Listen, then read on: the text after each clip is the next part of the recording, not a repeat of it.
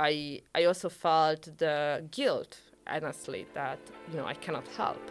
And I think some reason why I started to study psychology and started this company and started my PhD studies was I want to help.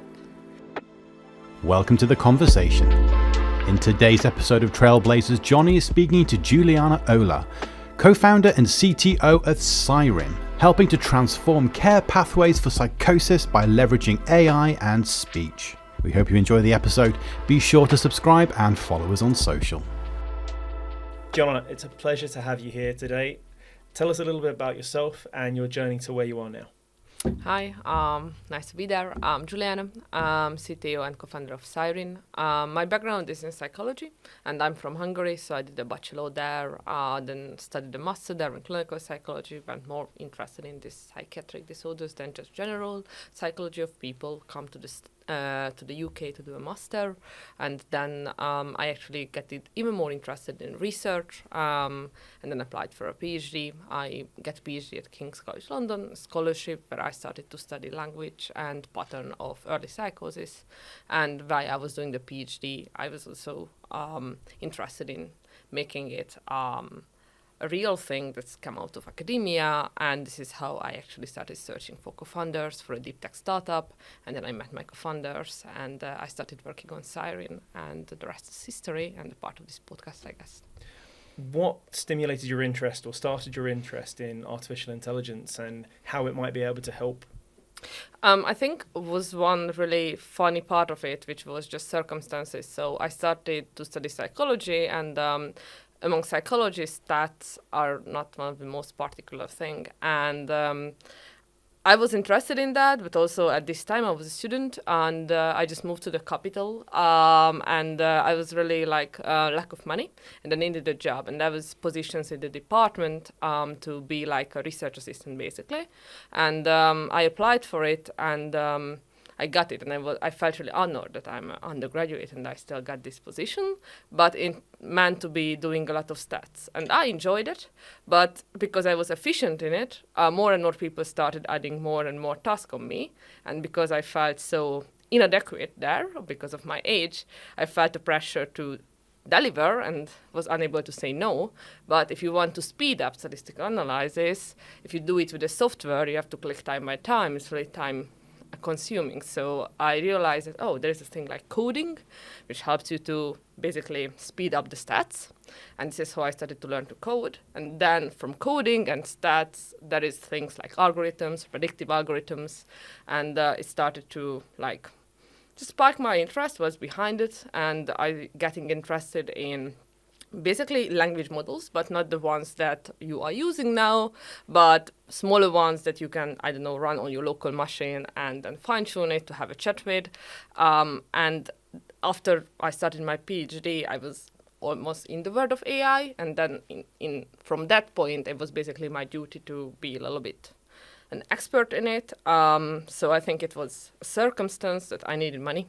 Then I had to speed up the statistical analysis, and then I think it was more just, wow, there is something so abstract as numbers, and with this abstract system, you can learn something about such complex thing like humans and such a phenomenological thing as behavior, and I love the connection between the two, and then I getting interested in, how can I make different functions, find different patterns that can generalize to most people or to most conditions. And I think this is what basically AI is, at least in the predictive AI world, that you find patterns in numbers and then you apply these numbers on something else and it kind of work. So you try to scratch some truth, or at least that's my approach to this, that you find some truths that can be applied on a lot of fields, or at least a lot of individuals, a lot of cases, and I just find it fascinating that you can make that. So I think that's the story of it.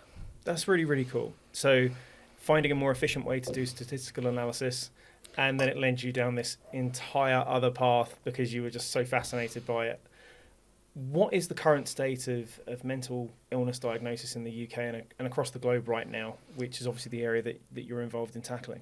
Yes, I think there's a lot of difference between the UK and just general rest of the globe. I think UK, US, obviously, is one of the most advanced healthcare technology, and the way as how a mental health diagnosis are made is based on interviews. So you have something like DSM, a Diagnostic Statistic Manual, which describes symptoms. And it's really important that we try to match symptoms to conditions. But unlike, for example, in more physical illnesses, when you try to match roots or causes to disorders, now we only match disorders to symptoms. And the way it works usually is self-evaluation, like someone asks you how sad you are, like not in that way, but how much anxiety did you experience in the last 2 weeks? And the other is basically a clinician, a trained professional, evaluates you based on your answers, insights, behavior, speech, for example. And then you get a label. And there are a lot of problems with the current system. One is obviously it's really subjective, like the self-report part, but also just the clinician part.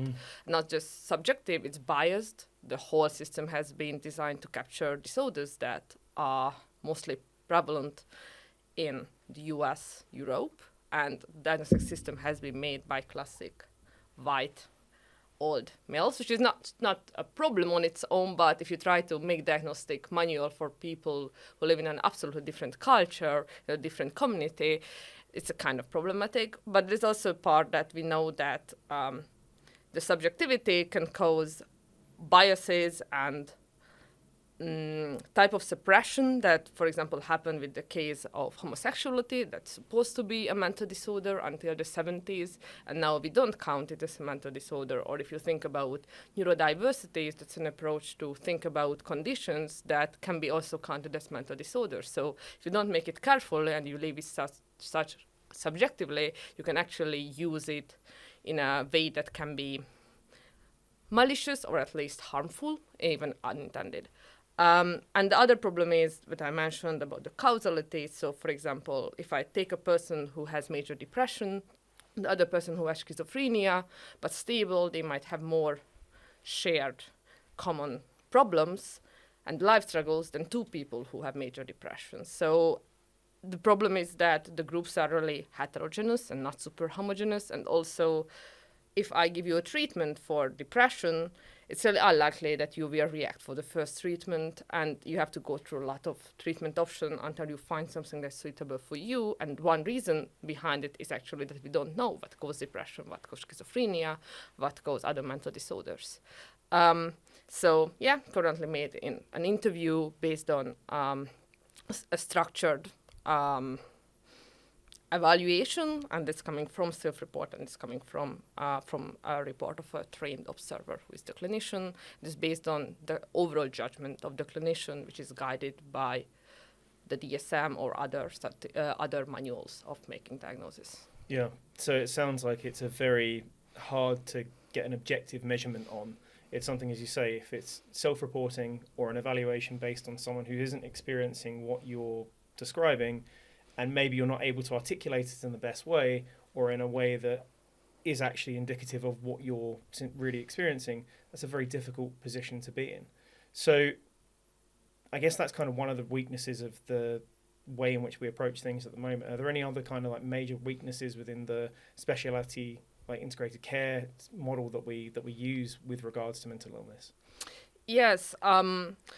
The integrated care, I think, is a really useful model to have. I think there are weaknesses in the system, and I think the biggest weakness is that it's just a gap filler into a system. So the system is not designed to be special, it's not designed to be community-based or integrated necessarily. So I think it's different, for example, in the UK than, for example, in the States. And specialty integrated care is mostly a thing in Europe, Australia, and the States, and also there is the rest of the world when it's not even the case. But where it's happening, it's something that filled into the system to fill a gap where there is no treatment or no one wants to treat with these really problematic individuals. Also, there are special cases, and in the States at least, you can take in individuals who are underage, which means that it's even more complicated to care them.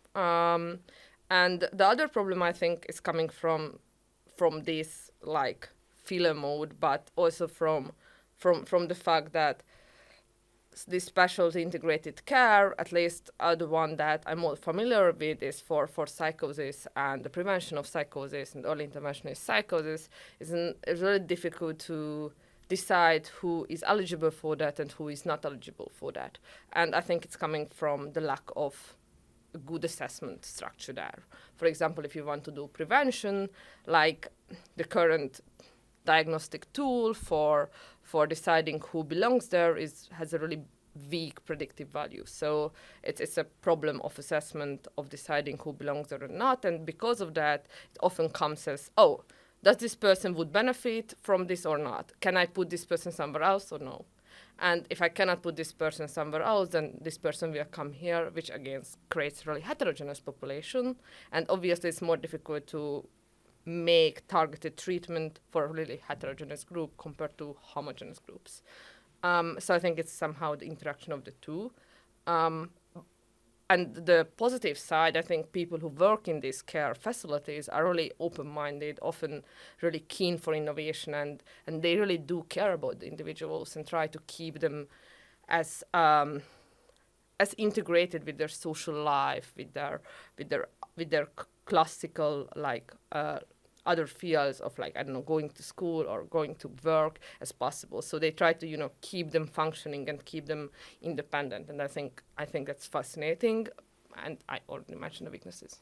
Yeah, with regards to the economic impact of this and not having the available tools, what is that costing in terms of our global economy? Is there a number that's put on that? Because it strikes me that, as you say, looking at things in this heterogeneous population rather than kind of being able to do a more singular analysis on a homogeneous population, that creates so much inefficiency in the way that we're looking at this problem.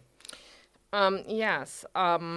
It's difficult to judge because how to make the estimation of the impact of a mental illness, because it can impact your everyday functioning with your family, for example, if you live at home, which will impact how your parents or your sisters work. There is also an economic impact, how you can perform at work, but also the sick leave that you have to take. And there is also cost that's coming from your actual treatment. What we know, and that's kind of true globally, that the treatment that you get in the care is a small fraction of the overall cost that it costs. So, for example, the cost that's coming from the lack of productivity and from sick leaves and just premature death, for example, suicide, is way bigger than the cost of the treatment. There is a conservative estimation that in the UK, the cost of mental health care was, in 2022, it was 300 billions. And just the cost that's coming from the lack of productivity and the lack of work and lack of self-care that these people can display was 118 billion, which is 5% of the GDP. The same numbers in the States, according to the last estimation, and the White House was 220 billions. So really big numbers, and they're just coming from you not being able to work as efficiently and contribute to your social circle as efficiently as you could have without the disorder. But there are also a lot of impact of, obviously, if you struggle with mental disorder, you might cannot take care of your children as well. And it means that these people will be at higher risk of developing a mental disorder, and also they cannot function as well. It's also difficult to judge what would happen if you could prevent it, but there has been a study, for example, in, I guess, Denmark, that when they make a treatment for bipolar disorder, which is just one specific condition available, it reduced the third of the cost that's coming from the lack of productivity, and half the cost that's coming from basically sick leaves. So if you think about these numbers, 118 billions or 200 billions, and if you make even more conservative estimate that we can just prevent 20% of this cost, and you still end up with tens of billions. Yeah, and the challenge with that you described is if you can't work productively and you're kind of it becomes a vicious cycle of self-perpetuating prophecy, right? Because you feel bad about kind of not being able to be productive. It impacts other areas of your life. You're not able to socialize with your friends as much. That makes you feel negative. You can't take care of your family, all of these things. And that just serves to exacerbate, in some cases, some of the impacts that you'll feel. And that just makes it, far, far worse. But the fact that you, as you say, with that other study in Denmark where you were able to kind of alleviate some of those costs, that's huge. But it's also huge on a more empathetic level to give back to people an ability to feel better. Yes, there has been another, for example, case study, and it was in Oregon State, where in the States, you have to have some type of insurance, state-funded or like privately funded, to get access to healthcare. And when they introduced a type of insurance, they did it on a lottery basis. And it was obviously targeting people who would not be able to afford it.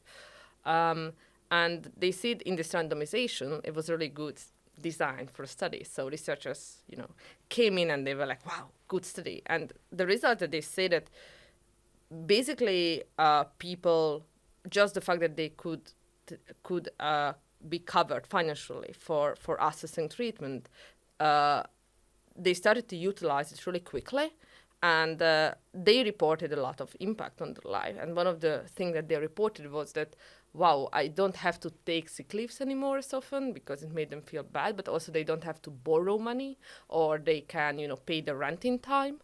And this stability just meant a lot for them, and partly because of that, their functioning and their economic output also doubled.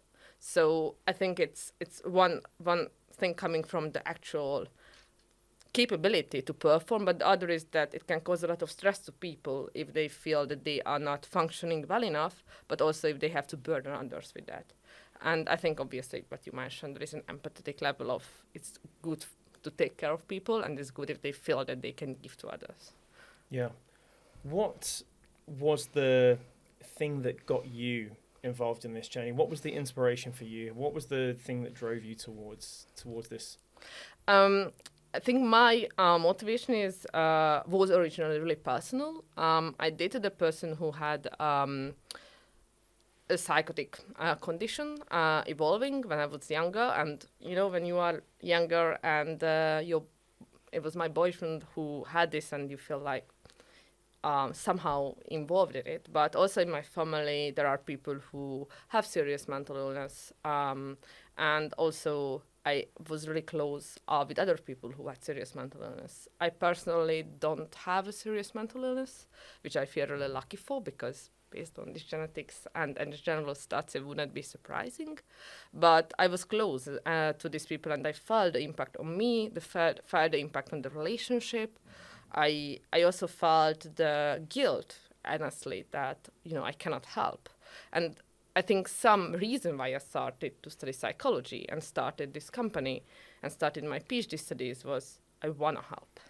And the cute story of this speech thing is that this person I used to date and had this psychotic condition going on was in a long-distance relationship with me for a period in the relationship, and we were writing a lot. He was interested in poems, and he was writing a lot of poems, and as his condition started to get more serious, you could see the differences in the language, the words that he used, and I think it really touched me at that time. And when I see that there is a PhD for it, I was just like, wow. Like, I started connecting the dots and like looking in retrospect, and then I think it made me a big kind of boost to work on this field. So I think that's the personal motivation. Obviously, when you start a company and you start working on a mission, at the beginning, I think there's a lot of individual routes, and it gives you the trigger to start. I don't think that I'm doing it because of that now. I think now I have seen it more as a structural and systematic problem. Plus, there is a lot of incentive just doing a company, and also the incentives of my team.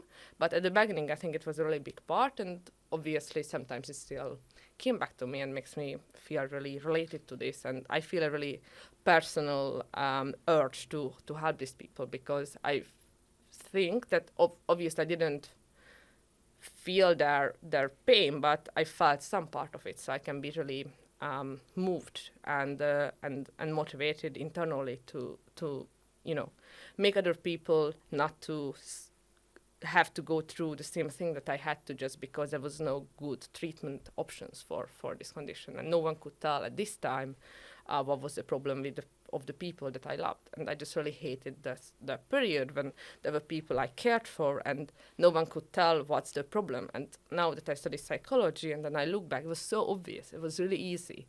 They just should have go to a psychiatrist. But sometimes even if they went to a psychiatrist, the person was undertrained, overwhelmed, didn't have time. And especially when they went to the GP was not able to diagnose it at all. And I think it's something that really stuck in me, that there should be a way at least to guide you where to ask for help and give you a reinforcement that no, you are not lazy, you are not crazy, you are not mad, you have a condition that's a disorder and that's a medical condition and you just need help, but you are fine and you are a worthy person. You just need to get some type of help. For example, if you broke your leg, you need to get some help, and it's just easy to guide people to the right direction and to the right help. Well, I mean, thank you for sharing that. And I think it's really powerful that what gets you started isn't what necessarily what makes you continue. I think the fact that you had that experience and it's got you interested and invested in the space, and then you've carried on with that empathetic journey to want to do more, is absolutely inspiring, and it's absolutely incredible. And what have been some of the things that have been the most surprising to you that you've learned throughout this whole journey? I think one of the things that you touched on there, I mean, the fact that even there seems to be, and I know that this is kind of anecdotal, my own lived experience or whatever you say, there is still a stigma, particularly for I think guys going seeking out help sometimes. But what have been some of the other things that you've found that are the most surprising around this journey that you've been on? I think one was basically while I was studying, just the fact that the way people get treatment is somehow random. So if you end up with a psychiatrist who knows a new type of treatment or can put you into the study, for example, because this person is also affiliated with academia, you get a way higher quality of treatment. And for example, I studied in London for my master, and I think the psychiatric care was really like amazing. I know that there is still a lot of deficiencies, but it was really high quality. But I also remember the times when I was just working in a psychiatric in Hungary, which is still, European Union and supposed to be a high quality healthcare.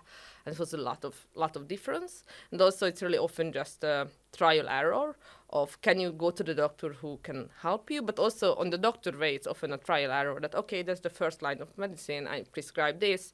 Oh, come back if it didn't work. Didn't work, okay, I prescribe the next one. And it's really long period until you can find something that's useful. And if it's not working, I don't know, the third or fourth medicine is not working, then, maybe I question the diagnosis. Maybe you have some other problem. So it's just like a really iterative way of, but at the same time, it's people's lives, and it's like years of people's lives until they just get a good label that can guide them to the good treatment. And I think that's ridiculous. So that was something that made me really angry, actually, but also surprised me. And I obviously don't blame the doctors or the carers. I think it's a systematic problem, and people are somehow the victims of it. But just as a system, I think it's could be better.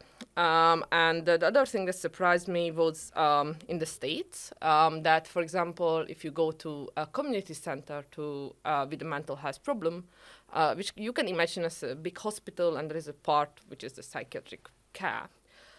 People who are social workers and then have been trained in 1-2 years to work in psychiatrics gives diagnosis, which I think should not be necessarily the problem, but obviously it's really far in terms of how much time these people spend on training compared to a psychiatrist or a clinical psychologist. But they do it with a 20-minute interview when they are reading a paper and then just ask questions, not even looking into your eyes. Stopping people while they are talking to go to the next question. And it's just ridiculous. And for example, if you have a different type of insurance, because it's the lowest tier of insurance, then you have to get a social worker who have a master degree. And if you have a private insurance, then you have to, for example, have a psychologist or some medical professional. And it's just insane that just because you have a different insurance, the quality of this diagnostic process will will, show huge difference. And also the difference is that if I go to New York or to San Francisco and I go to a clinic, there will be really different standard of care if I go to, for example, Ohio, and it's just shocking. What are the ways that you think technology can play a role in this? Because when I'm hearing you talk about this disparity in the different levels of care that you get depending on your insurance level, I'm also thinking about the disparities in terms of availability of time, right? So if you're reading on this 20-minute questionnaire, you're limited by the amount of time that you have with that person, which is why they're interrupting someone when they're talking and they're not letting them describe what's going on with them.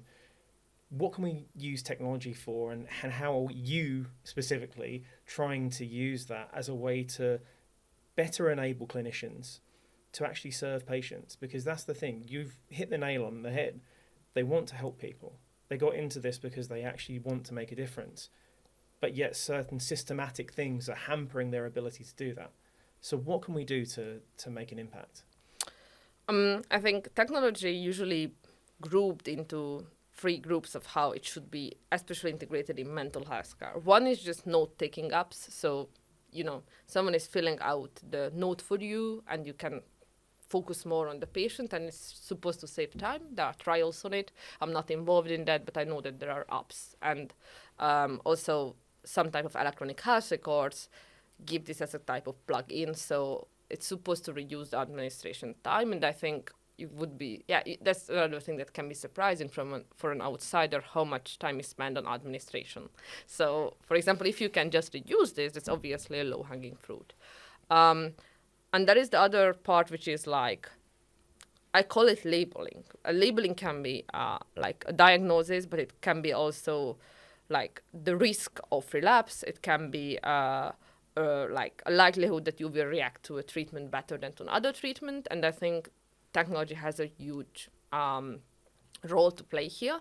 So I think you should augment clinician decisions with more data, more insights, because it's a function of time, but also the function of like, what can you see? For example, you cannot see someone's DNA, you cannot analyze someone's voice as much as an algorithm, you cannot, get different biomarkers by, an interview. So I think here we should use technology, and if you think about like software or technology, which is more like informatics based, I think like speech can be analyzed, eye tracking can be analyzed. How you play with a video game can be analyzed.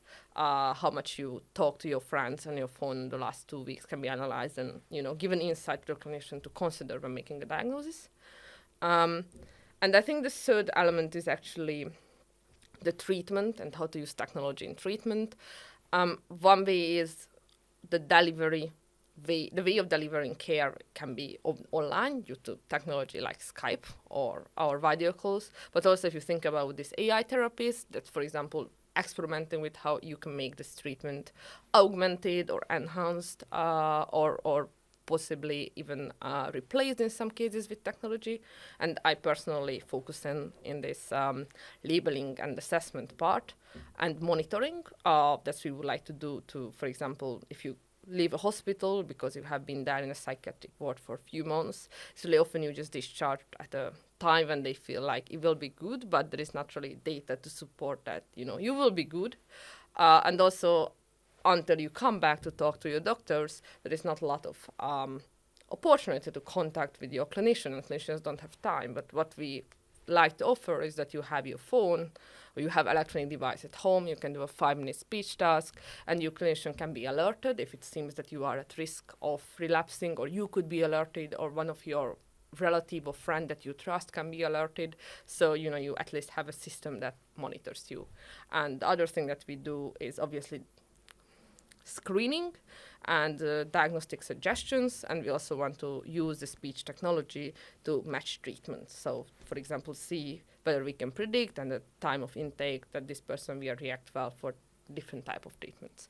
And this is where we use technology, and the reason why I focus on this assessment, and I want to use the speech-based assessment during the whole care pathway. So from screening, early intervention, until the end of like treatment matching and monitoring. But it's like using all the assessment there. And the way I see it is that I think there is a lot of treatment options, and I think treatments, not all of them, but many of them can be scaled, like medication can be scaled easily. But I think the assessment is so bad that there's not even efficient way to decide what to scale and for who to scale. So the reason why I choose assessment is because I think that's the bottleneck, not the treatment right now. Yeah, so that's part of the work that you're doing with Psyrin.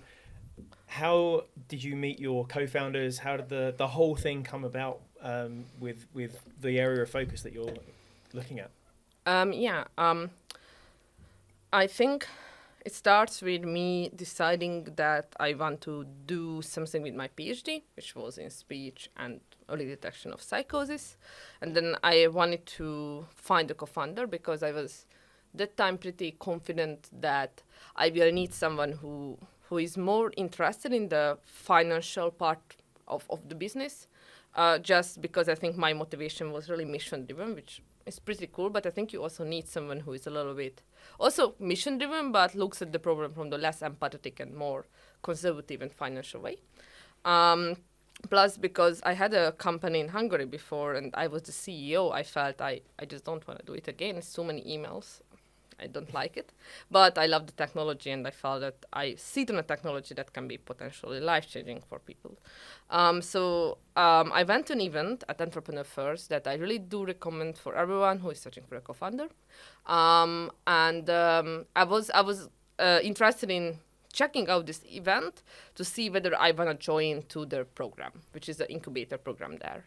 And I went there, and I met one of my co-founder, Edwin Wong, there. And we just basically started chatting, and it turned out that he organized this event, and that he also considers doing startups, and he is studying in the same building as I do, doing another PhD in genetics of mental health, especially depression. We started talking, and I think we sat down for a drink a few times, and we were pretty sure that we want to work together or give it a trial. So we started a trial period. In this trial period, we applied for a pitch competition at the university, and we were one of the winners of this pitch competition, and it took few months. So during this time was enough for us to evaluate that, okay, we want to work together. And we also did some market validation. So I was surprised, but it looked like there is a need for the technology that I know, and we decided to do Psyrin. And on the speech competition, someone was in the audience, and that was my other co-founder, Rahim. And he approached us after this, actually with one of his friends, to talk about joining, and we did another trial period with him, and then he ended up joining the company. So the core team of co-founders are set, I think, from 2021 May, but yeah, two years back May. And then we started working on that part-time because everyone was students, and then Rahim became a doctor, so he could only do it, but only just part-time. And then after we get funding, I think we started deprioritizing our PhD and other jobs. And then I started not sleeping, but then after I could finish it, and then we get even more funding, now everyone is full-time, and we have 2 fantastic employees. That's amazing. I think it's really, you've touched on something that I think is really important, and that actually is, as amazing it is to be mission-driven, you do need to have someone that is a little bit more kind of like down to brass tacks and looks at things from a more objective standpoint. What have you found the dynamic like working with the guys, and kind of like how do you balance all of those responsibilities together? Like so far, I'm really happy. I think everyone has a different approach to work and what you search for in work and with your colleagues. And maybe the reason why I become a psychologist also because I search for connections and emotions. And for me, it's really interesting to see who I'm becoming because of the people I work with. And I think because of that, it's really important to find good people to work with. So for me, the baseline was to find people who I think are good people and have a good influence on me and will have a good influence on the world. And I think this was a kind of baseline for all of us. In terms of dynamic, it's really fluid at the beginning of startups. I think it's a sometime now I'm in a more transitioning period. Like being a CTO was pretty well written, so it's a solid role from the beginning. And now I'm getting more and more involved in reaching out, market research. So my role is a little bit shifting. I think it's okay that you keep it dynamic, but I really do recommend for having checkups like, do I enjoy it? Do I enjoy what I do there? Can I change the style of working? And I think it's also like there are roles that you put on your CV, LinkedIn, but there are internal roles, like who are you in the team?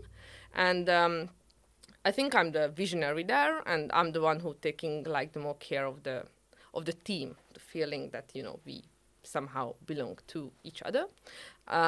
And I think, for example, Ed is more like a strategist, and he is thinking about, okay, I'm strategizing how we will reach to this point, and not just like where we are going, but how. And also, he is the presenter who presents the company to outsiders.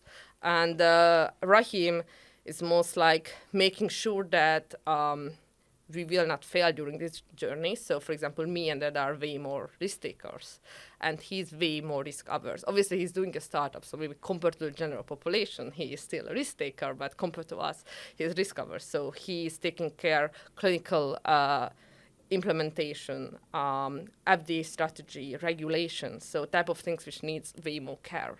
And also just making sure that everything is working properly in the company, and he's the CEO. So I think this dynamic is also important to define your internal role, not just externally what you do. The external is easier to shift.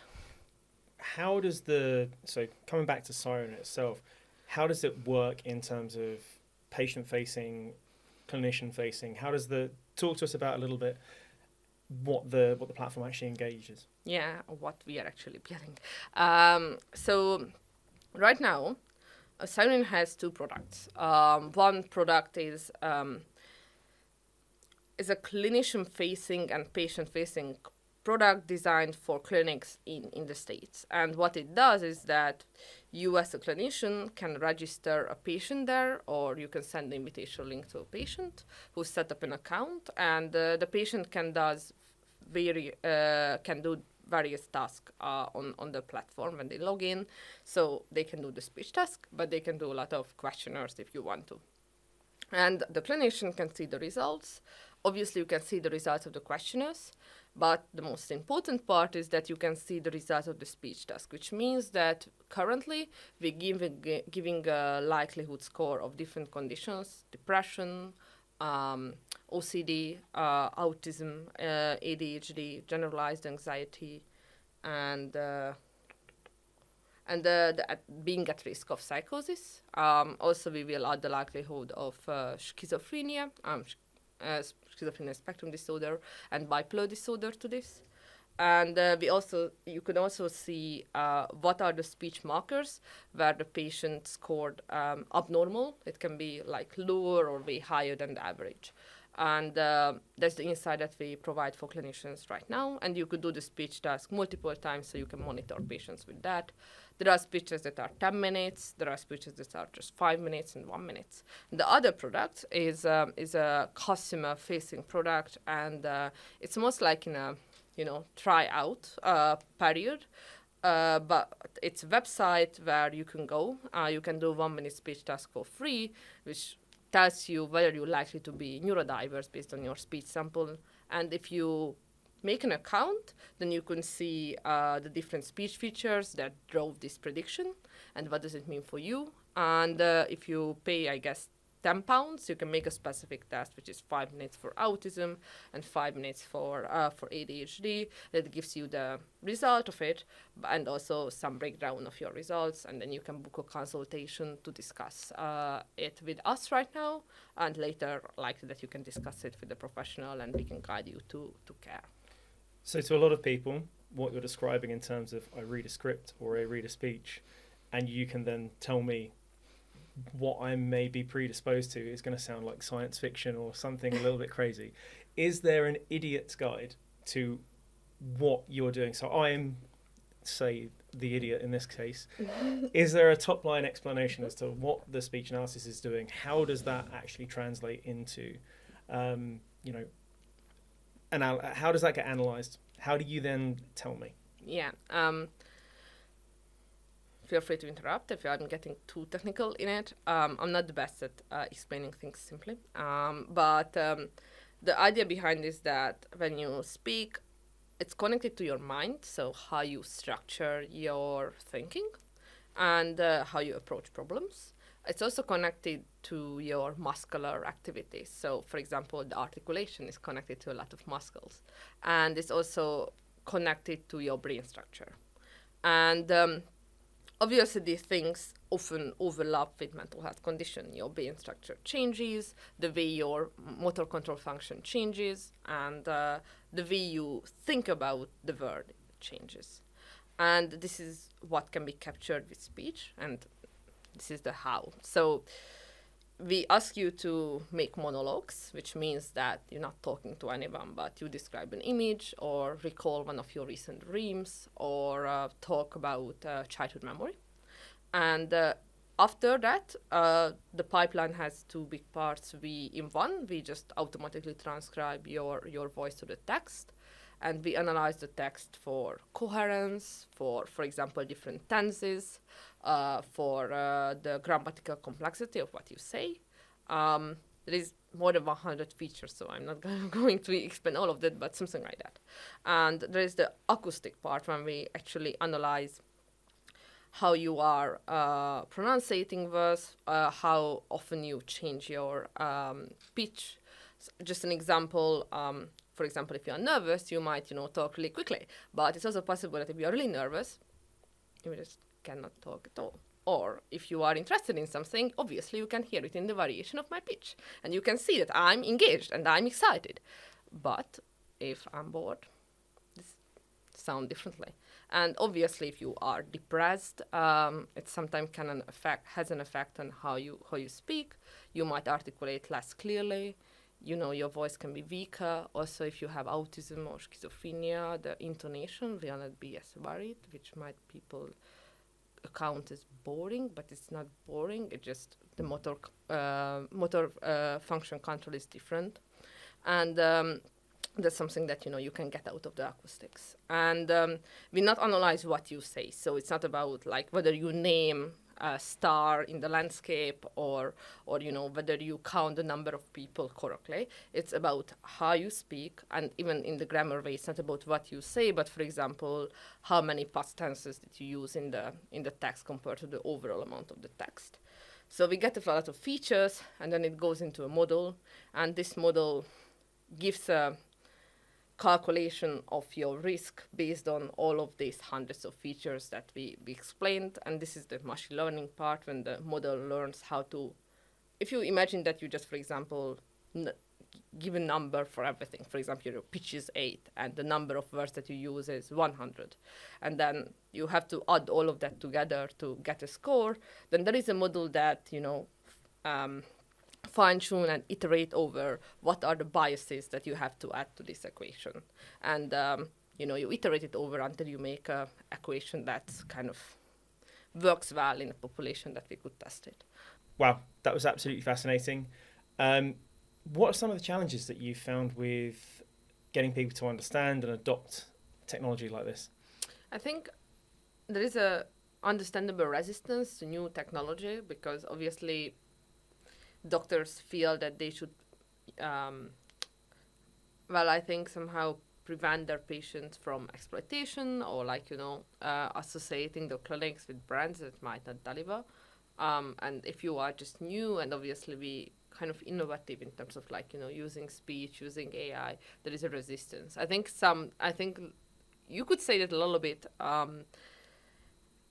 polarize the audience. So there are doctors, especially younger, junior ones, and I think mostly patients who are really excited about the technology, especially because it's really underserved population, and many people doubt whether, are they actually unaware or they are just faking it? So just giving them some type of reassurance that this is a test, it's objective, you cannot really fake it. It's not like a self-report. You actually seem unwell. That can be reassuring. But also they want to get more insight, because reaching your doctor can be really difficult. And I think doctors sometimes find it scary that we use AI. I think it's coming from sometimes from the lack of knowledge about AI, so they don't not able to discriminate, for example, a big tech company or a generative AI model or ChatGPT from a predictive model, which is, you know, a HIPAA compliant application in a really closed environment where data cannot be leaked, and we don't, you know, we don't sell data. We are not the big tech companies.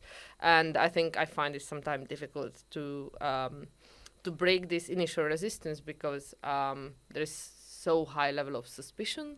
And I think obviously people doubt that it can be efficient, but it's often not really about whether it can be efficient. It's more about just, you know, is it ethical to use, and whether my patients will use it. Because it's funny that patients are excited often to use it, and they find it, if they hear about the technology and talk to us at least, they find it fascinating. But doctors, no, they will not do this 5 minutes extra speech task. And I'm like, okay, it's not what they told to me, but I can also see that they, you know, have bad experience with adherence to medication, and they might just, you know, generalize it to a technology like this.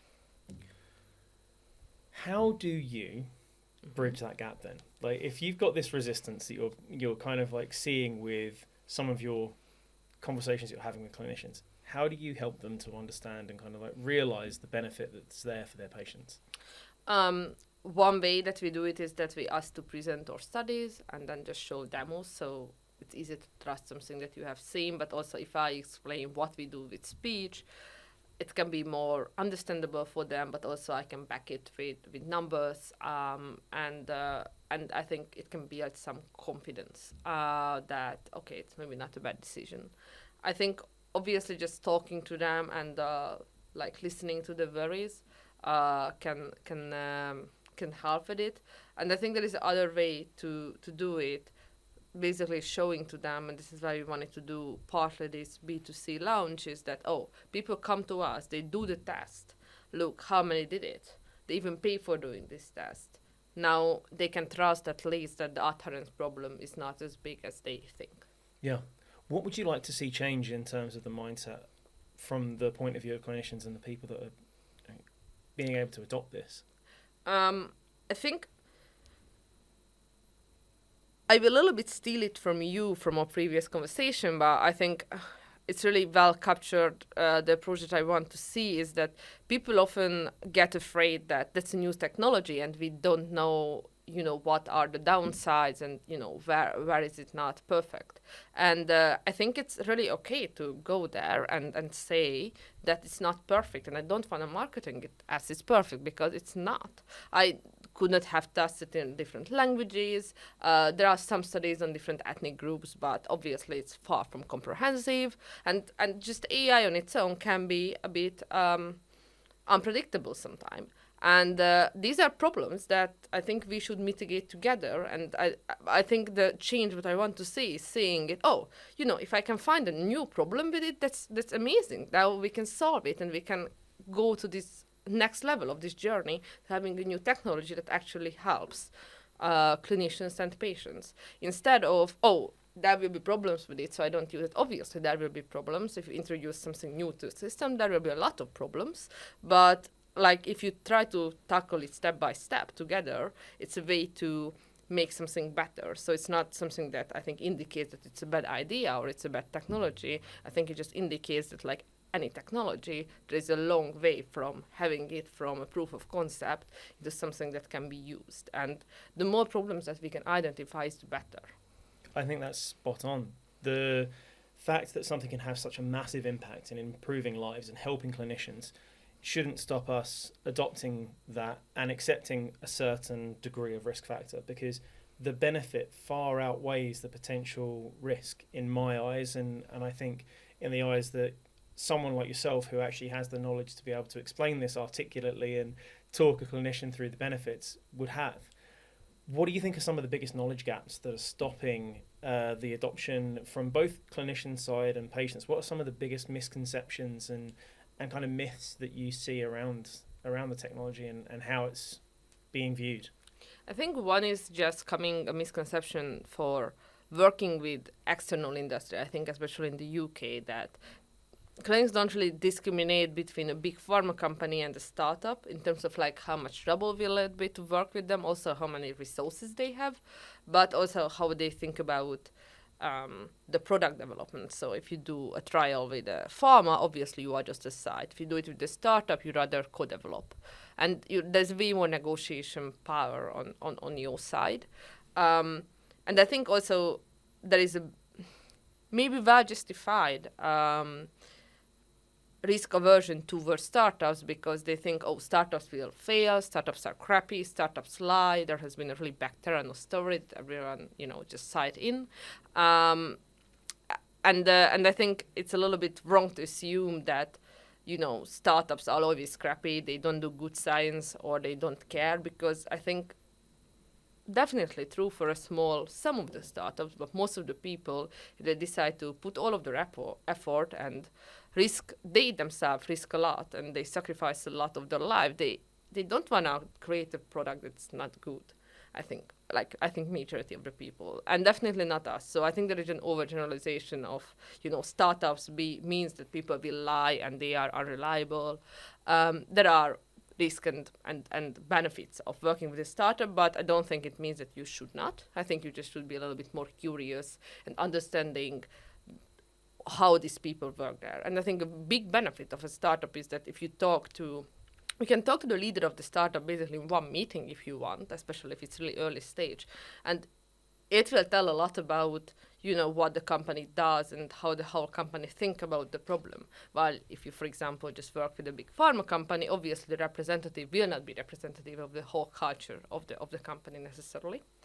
So I think you could make a better kind of judgment and small test about whether it's worth to giving a chance to this company. And the other is just coming from the fact of AI and technology and the tech literacy of patients. So they assume that, how can these people take the test because it requires mobile phone and internet. And well, I think most of the patients have a mobile phone, they have internet, they use it. Obviously, there are a few people who don't have access to technology, but many of them do have. So just because some of the cases and the worst cases maybe fall out, now means that the rest of them cannot benefit from it. And obviously AI. So AI is, there are different types of AI. AI is just a big word, which can be used to describe a lot of technology, and they cannot really discriminate that it's a predictive AI model specialized in healthcare from a big generative AI model that they just identify with a living entity that steals your data and rights. It's a little bit more nuanced than that. Yeah, with keeping it on theme with the startup, obviously startups usually take on funding to keep themselves going and all of that sort of stuff. How have you found the funding landscape at the moment? Obviously, I've been to a couple of conversations and I've had a couple of conversations with other founders who have found that space pretty challenging. How have you guys found navigating like the world of VC and fundraising and all of that sort of stuff? I have a fun story about it, that before we started our fundraising round, we had a conversation with my co-founder about how bad the landscape is, and now there's difficult to get funding, the Ukraine war, and I was like, yeah, but the good news that it cannot be worse. What will happen? Another war, and then the Middle Eastern conflict just started. So I think the funding landscape is not the best, but I think it's also useful to work on a rough landscape, because if you're on the trust of VCs there, it means that you have to have a relatively solid idea, solid team, solid product. So I think it's not necessarily a bad thing. Obviously, it's maybe difficult to get money and trust than it used to be. We are VC funded, which is a specific type of funding. So if you are VC funded, it means that they expect you to be unicorn. That's the goal, which means that they expect you to spend a lot of money and also like grow and develop quickly. So you have to be really speedy. And I think it's something that we chose consciously, because we think that with the scale of the research and the impact that we want to make, you require this amount of investment. But it's not for everyone. So if you just want to make a app that, I don't know, helps patients in your clinic or in clinic of the UK to get an appointment. It doesn't necessarily mean that you have to go for VCs. So I think it depends on the business that you want to do. For us, VC funding was kind of required because of the scale of investment and the research and development costs. And they find it obviously difficult to get the funding, but when you get it, it's really rewarding. And so far, there's a lot of benefits, and you feel a bit honored that people trust you with this amount of money. It's insane. On a short, medium, long-term time horizon, what's the plan for Psyrin? Like, where are you guys going? Next week, we launch our B2C product. So that's something that's, I think, super cool, and you should check out and check whether you are neurodiverse or not if you are interested. After we launch this, I think if it goes well, obviously it will change a little bit our goals, but as it stands now, we are having a lot of ongoing clinical studies. We plan to, our fundraising is in a longer term because we have sufficient funding now. So we want to finish a study on monitoring and predicting relapse in psychotic conditions. We have a treatment matching study to predict the response to TMS treatment. We have a study that's for predicting whether you will have psychosis from before you actually have it. So we get people at risk stage and see whether we can predict what will happen to them years later. And we want to become a class 2 medical device recognized by FDA. I think that's the next big goal. So it's regulation and getting implemented in at least 10 clinics by January. Outside of the mental illness space that you are obviously operating in and having an incredible impact in already, and I hope that you continue to have that impact, what are you most hopeful about? I want to make people think about mental illness is mostly preventable. At least most of the suffering that's coming from it is preventable, and want to enable people to make it happen and want to make the patients know that it's possible. If people want to find out more, where can they go? Where should they look for you? What can they do to find out more? They can try to approach personally me on LinkedIn or Julie at psyrin.uk. I reply in a few weeks usually. If they want a quicker reply, they can write at hello at psyrin.uk or hello at Psyrin AI, so they will get a quicker response because my co-founder Ed is replying there. And obviously, if they want to get in touch more seriously, write an email. We can arrange a meeting and discuss the matter. So yeah, and go for our website and go for Try Simon, which is the B2C product on a separate website. Incredible. Julianna, it's been an absolute pleasure. Thank you so much. I highly encourage anyone to get in touch with you if they have questions around what you're doing. I think what you're doing is amazing, and I really look forward to seeing what the next steps have for you when you go to the US. Thank you.